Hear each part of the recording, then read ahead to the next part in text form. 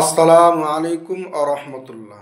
আজকে আবারও এসেছি নতুন আপডেট নিয়ে যে স্বামী স্ত্রী দুজনের মধ্যে কেউ যদি একজন সলাৎ আদায় না করে তো তাদের বিবাহ বিচ্ছিন্ন হয়ে যাবে না থাকবে, সেই সম্পর্কে দুইজন আলেমের মুখ থেকে মনোযোগ সহকারে শুনুন।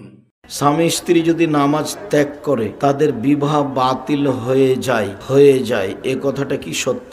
আরবি বিদ্বানগণ এটাই বলছেন যে সত্য। তবে আমরা এতটুক এর ভেতরে ঢুকতে চেয়েছি, যারা সলাৎ ছেড়ে দিচ্ছে ওরা যদি সলাৎকে অস্বীকার করে তাহলে এটাই, আর যদি অস্বীকার করে না, একদিন পড়ে দুদিন পড়ে না, খালি শয়তানি করে বলে পড়বো, এরা এটা নয়, এরা বড় গুনাহগার, এরা মারা গেলে এদের জানাজা দিতে হবে।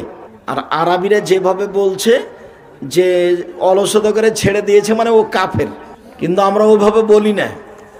ও তো একদিন পড়ে, জুমার দিন যায়, এক অক্ত পড়ে, দুই অক্ত পড়ে না। আর ওর সামনে যদি কেউ বলে যে মোহাম্মদ নবী নয়, তাহলে তো আগে খুন করে দিবে তোমার আগেই। তার মানে ও নবীকে নবী বলে মানে, আল্লাহকে আল্লাহ বলে মানে। তার দুষ্টামির কারণে এটা ঘটছে। মানুষকে দাওয়াত দিতে হবে, সংসার বিচ্ছিন্ন হয়েছে এভাবে সরাসরি বলতে হবে। স্বামী স্ত্রীর কোনো একজন যদি বেনামাজি হয়, তাহলে বেনামাজি যেই ব্যক্তি সেই ব্যক্তি বড় কাফের না ছোট কাফের? ফোকাহে কেরামদের দ্বিমত রয়েছে। অধিকাংশ ফোকাহারা বলছেন যে ছোট কাফের, ফাসিক, পাপিষ্ঠ, অসৎ, কিন্তু ছোট কাফের, বড় কাফের নাই। পক্ষান্তরে অনেক ফোকাহে কেরাম এবং মুহাদ্দিসিনে কেরাম, ইমাম আহমদ রাহিমাহুল্লাহ, তার আগে সাহাবায়ে কেরামগণ সকলেই, তাদের ইজমা ছিল ইজমা ও সাহাবা, যেমন তিরমিজিতে রয়েছে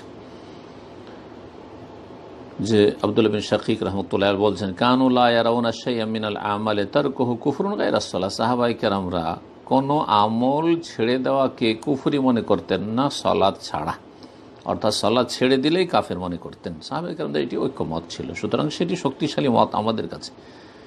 কিন্তু যারা এরকম বেনামাজিদ, তারা এই মতের অনুসারী কিনা এটা দেখার বিষয় রয়েছে। সুতরাং ঢালাহারে এভাবে বলা ঠিক হবে না।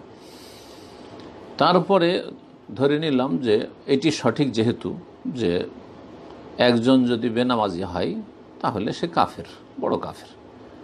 যখন বড় কাফের, তো কাফের সাথে সংসার করা জায়েজ নয়। পুরুষ স্বামী যদি কাফের হয়, সে স্ত্রীর জন্য জায়েজ নয় তার সাথে সংসার করা। তাকে নাসিহা করবে, উপদেশ দেবে, যদি হেদায়েত হইল, আর না হলে তার থেকে পৃথক হয়ে যাবে, তার থেকে আলাদা হয়ে যাবে। আর যদি এর বিপরীতটা হয়, স্ত্রী যদি সালাত না পড়ে তাহলে সে কাফের হয়ে যাবে। সুতরাং তাকে নাসিহা করবে, উপদেশ দেবে, হেদায়েতের চেষ্টা করবে, শাসন করবে, যেহেতু স্বামীর অধিকার রয়েছে স্ত্রীকে শাসন করার। যদি সংশোধন করে নেয় ভালো কথা, আর যদি সালাত ঠিকভাবে না পড়ে এইরকমই থাকে তাহলে তার সাথে সংসার করা যায়, তাকে নিয়ে সংসার করা যায় নয়, তাকে তালাক দিয়ে দেবা।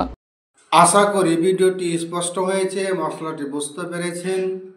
ভিডিওটি যদি ভালো লেগে থাকে তাহলে লাইক, শেয়ার, কমেন্ট করে দিবেন। আর ইসলামী ভিডিও পেতে আমার চ্যানেলটিকে সাবস্ক্রাইব করে দিবেন।